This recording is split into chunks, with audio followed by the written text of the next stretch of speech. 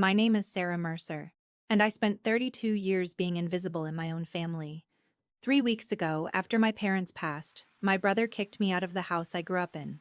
He looked me in the eye and said, "Dad decided a long time ago. Sons inherit everything. Daughters get nothing. That's how it's always been in this family, and that's how it's going to stay." Then he changed the locks. The house where I had spent 2 years caring for our dying mother while he visited 3 times. The house where I held her hand through chemotherapy while he checked his Rolex and complained about traffic. He threw my belongings onto the lawn and told me I was nothing but a burden, because in my father's eyes, that's all a daughter could ever be. But here's what my brother didn't know. Our mother had spent 8 years preparing for this exact moment. 8 years of secret meetings with lawyers. 8 years of building something he couldn't touch.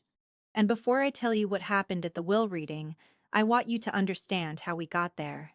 To understand what Marcus did, you need to understand the Mercer family. My father, Robert, built his life around one unshakable belief: sons carry the family forward, daughters marry well and disappear into someone else's name. He wasn't overtly cruel about it, he just allocated his attention accordingly. Marcus, 6 years older than me, absorbed Dad's worldview like scripture. When he graduated, Dad paid for his business degree. When Marcus wanted to get into real estate, Dad connected him with every contractor and developer he knew. When I wanted to go to nursing school, Dad said, "Girls don't need expensive educations. You'll get married anyway." So I got scholarships. I worked double shifts at a diner. I paid my own way. I still remember 8 years ago my mother pulling me aside one evening after another dinner, where Dad praised Marcus's latest sale while barely acknowledging my acceptance into the nursing program. "I've taken care of you," she whispered, squeezing my hand. "You won't understand now." But I have. I thought it was just something mothers say. I had no idea she'd spent that afternoon with a lawyer named Evelyn Cole, signing papers that would change everything. 2 years ago, Mom was diagnosed with stage 3 breast cancer. I moved back home within the week.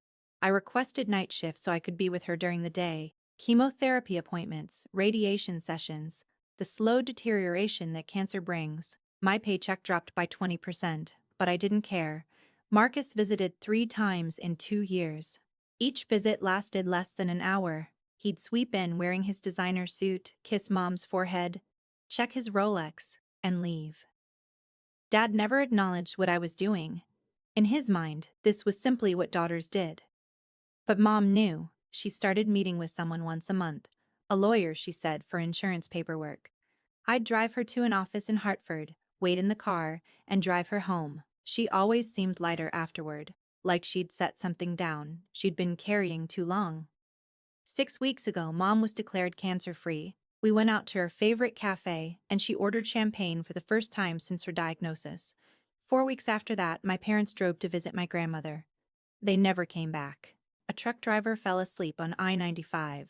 I was working the night shift when I got the call. I walked to the stairwell because I couldn't breathe in the hallway, sat down on the cold concrete steps, and I don't remember much after that. I remember the smell of Mom's lavender garden when I pulled into the driveway at 3 in the morning, thinking she would never tend it again. The funeral was 4 days later.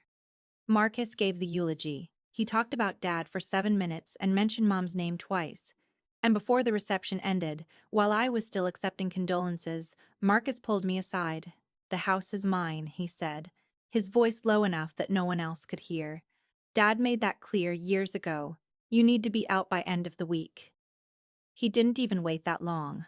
2 days later, I came home from work to find the locks changed, and my belongings stacked in cardboard boxes against the garage wall.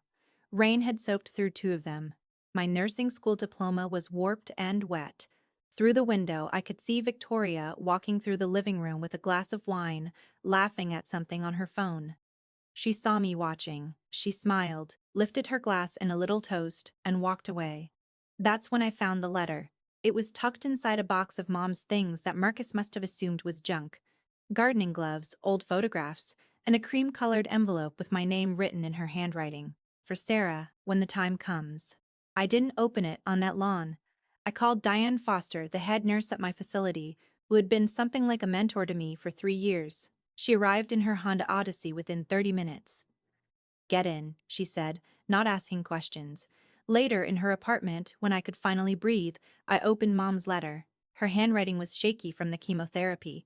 My darling Sarah, if you're reading this, then what I feared has happened. Contact Evelyn Cole at Harrison & Cole in Hartford. She has everything you need. All the papers, all the arrangements, everything I couldn't give you while I was alive. You are not a burden. You never were. You are the best thing I ever did. I love you more than lavender and sunshine and every good thing. Mom. Evelyn Cole's office occupied a brownstone in downtown Hartford. Late 50s, silver hair, charcoal Armani suit. But her eyes were warm when she shook my hand. Your mother spoke about you constantly, she said. She explained that Mom had known exactly what Dad intended and she couldn't change him, but she could plan around him. She told me to wait for the formal will reading and not to sign anything Marcus put in front of me. 3 days before the reading, Marcus called with an offer. $10,000 to sign away any claim to the estate. I said no. He told me I was making a mistake. I told him I'd see him at the will reading. The conference room at Harrison & Cole had a mahogany table long enough to seat 12. Marcus and Victoria arrived confident. Then my grandmother, Eleanor, walked in and Marcus's smile faltered. 2 wills were read that day. My father's and my mother's. Dad's will was exactly what Marcus expected. He received 70% of the liquid assets. I received 30% of what remained, roughly $24,000 after debts. Marcus leaned back in his chair, satisfied. That's actually generous, he said. Dad did right by you, all things considered. Then Evelyn opened the second folder. 5 years ago, my parents had executed a deed transfer. The family home, valued at approximately $650,000, had been moved into Mom's sole name for liability protection during a lawsuit against Dad's contract in business. He'd assumed it was temporary. He never checked. Mom never transferred it back. She left it to me. Marcus grabbed the document, scanning it frantically. Then came the irrevocable trust. 8 years ago, Mom had established one with me as the sole beneficiary, funded with a $400,000 gift from Grandma Eleanor, invested conservatively over 8 years. It had grown to approximately $1.2 million. Because it was funded entirely with my grandmother's money and never commingled with marital assets, it had always been mine, entirely outside the probate process. Marcus had no legal standing to challenge it. Finally, there was a life insurance policy with Northwestern Mutual valued at $500,000. The sole beneficiary was me. Mom had purchased it 12 years ago and paid every premium herself. Marcus stood up and threatened to contest everything. Evelyn informed him calmly that Mom had undergone a psychiatric evaluation, confirming full cognitive competency, that the entire will signing had been recorded on video, and that the trust and insurance policy bypassed probate entirely. There was nothing to contest. As Evelyn read the final numbers aloud, my brother's face went the color of old paper. Total assets passing to me approximately $2.374 million. Marcus reached for the table and then collapsed. His head caught the edge on the way down. The paramedics said it was syncope, a sudden drop in blood pressure triggered by shock. 20 minutes later, he was back in his chair, pale and unsteady. You have to help me, he said hoarsely. We're family. I looked at my brother, this man I'd grown up with, who told me I was nothing but a burden, who changed the locks 2 days after our parents' funeral. You kicked me out of my own home before Mom's flowers had wilted, I said quietly. You tried to buy my silence for $10,000. I'm not going to pretend that didn't happen.